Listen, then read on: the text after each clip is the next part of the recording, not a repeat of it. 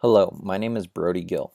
This is my Pechakucha project for ECON 303 at Cal Poly San Luis Obispo. Today we will be learning about gender inequality in the construction industry. Let's start out with some facts about gender inequality in construction. Of the nearly 70 million women in the workforce in 2017, about 872,000 of them were in the construction industry. That is about 1.18% of women. On the other hand, of the 80 million men in the workforce, over 9 million of them were in construction, leading to a percentage of 10.38%. When we take a look at the median weekly earnings of those workers, women take home about $757, while men take home about $791 a week after taxes. Their effective hourly rate would be about $19 an hour and $20 an hour, respectively. Furthermore, in the construction industry, women take home about 95.7% of what men do. This is the second best ratio in the United States across all industries, only to be better by the transportation industry. Compared to the national average of about 80%, the construction industry is leaps and bounds ahead of the curve.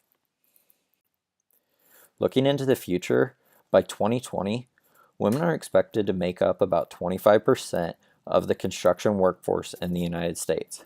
This is because of the huge need for labor in the construction industry in the coming years and the advanced interest of women in construction.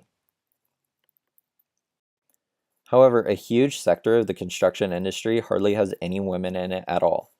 Less than 1% of the field workers are women in the United States. This means that most women in construction are in management or professional positions.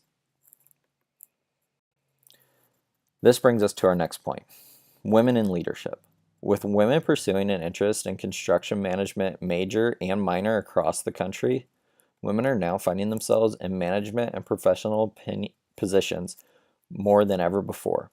They also have the opportunity for employment in the construction industry more than ever before. In a recent study by Construction Global, they found that 93% of people in the construction industry believe that a female boss would have no effect on the company in any way. It seems apparent that the construction industry is ready to diversify the male-dominated industry.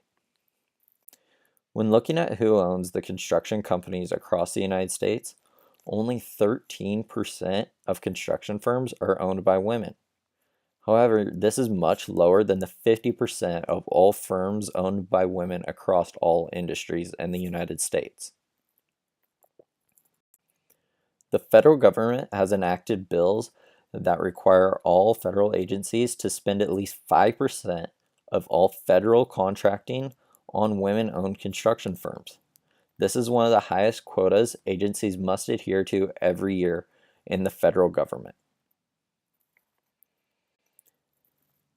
Since the federal government has forced federal spending on women-owned construction firms, these construction firms have increased by 56%, and they are continuing to grow at an astronomical rate across the country and show no sign of slowing down whatsoever. When looking at the success of women-owned construction firms, they have a slight edge on all firms, with 9% of them having revenues of $500,000 or more a year, compared to the 8% of all firms. This is one of the highest percentages across all industries in the United States. Furthermore, 31% of women employed in the construction industry hold management or professional positions. This number has been drastically increased in the last decade due to increased education and opportunity across the industry. Leadership and financial inequality have been improved a ton compared to most other industries in the United States.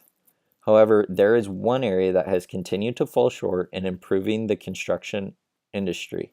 That is gender discrimination. A study done in 1999 shows that 88 of 100 women surveyed said they have received some sort of discrimination in the workplace while being employed in a construction firm. This can include verbal and physical gender discrimination done by anyone in the construction industry.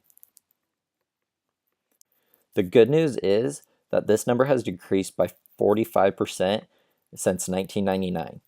Now only 42% of women have been the victim of some sort of gender discrimination in the construction industry.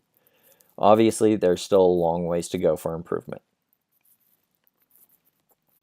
Another big problem seen in the construction industry is pay to minority women. A recent study showed that black women get paid 81 cents on the dollar that men take home. However, this is much lower than the 95.7% stated earlier for all women in construction. And when we look at Hispanic women in construction, they only make 72% of what Hispanic men earn in the construction industry. Furthermore, they only make 51% of what all men make in the construction industry in the United States. Looking forward for women in the construction industry, there is a ton of places that need to be improved upon. However, there is a lot of opportunity for women to get involved in the construction industry and have a great, successful career in the construction industry more than ever before. Leading the charge for women in construction are 3 great organizations that have made it their goal to further the industry for women across the United States and the world.